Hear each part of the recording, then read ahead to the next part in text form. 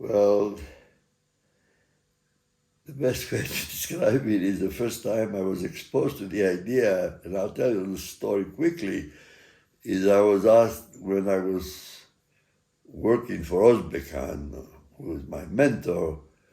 I remember one of the first assignments, he asked me to go and write a paper. I don't remember the paper, but it was a piece of work. And I went to the library and did research and gathered information and everything. Primarily was research, sort of library research. And I wrote the paper. It was not a big paper, it was about, 8, 10 pages. And I gave it to him, and the day after I gave it to him, I went to his office, and he looked at the paper and picked a paper and threw it in the waste basket. So I said, why are you doing that to me? I mean, I just worked on that paper for a week or something.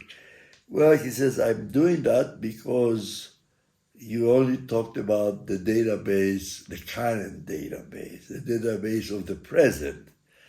And if you want to talk to me about a new database, the database of the future, you should include in your paper data that are not available, not current database. And I said, what do you mean? And that's when you use for the first time with me the notion of defactualizing, namely make an effort to disengage from the existing database and imagine a database that does not exist, which is very difficult because it requires the capacity to conceptualize, to do imagineering. And this is a serious predicament. You see, it has to do with what we call the first phase science and the dominance of the first phase science. Now, the first phase science has become very dominant because of its capacity to make contributions or observations that are evidence-based or what we call objective meaning that they are observer independent.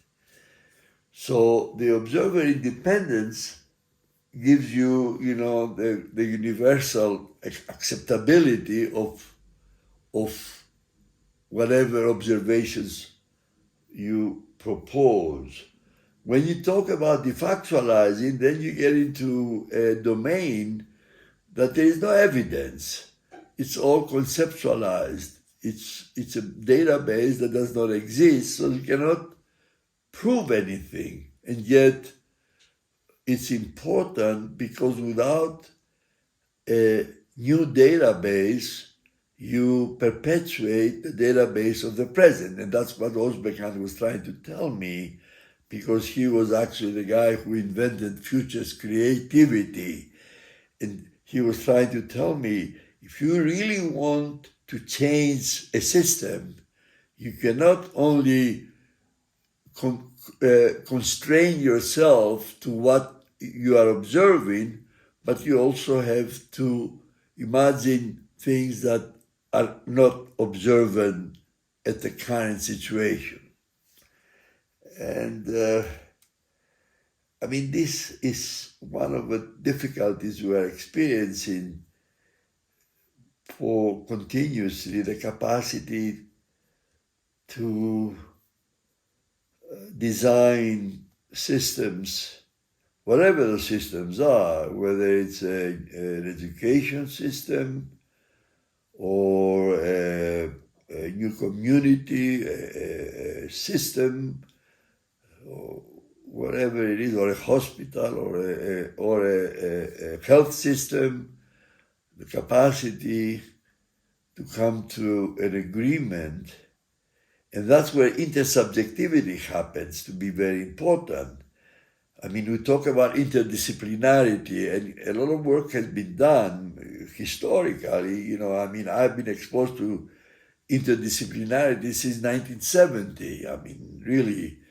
And people were sensitive to interdisciplinarity. And then there came some people and said transdisciplinarity, which means transcend discipline, go beyond the disciplines, and that's when you get into the domain of the intersubjective. And the intersubjective, you have to include the people who have experiences in the field, who have who are not necessarily academics, but they actually are part of the social system, and because they're part of the social system, their knowledge that comes from their experience is as valuable, especially in terms of problem identification or problem definition, as are the professors or the academics. And that's the kind of revolution that is very hard to implement because of the prevalence of elitism and the prevalence of evidence-based science. So evidence-based science is fundamentally based on observer-independent data and not on data that defactualize, that essentially say we have no evidence, we're just going to create something which does not exist. That's the best.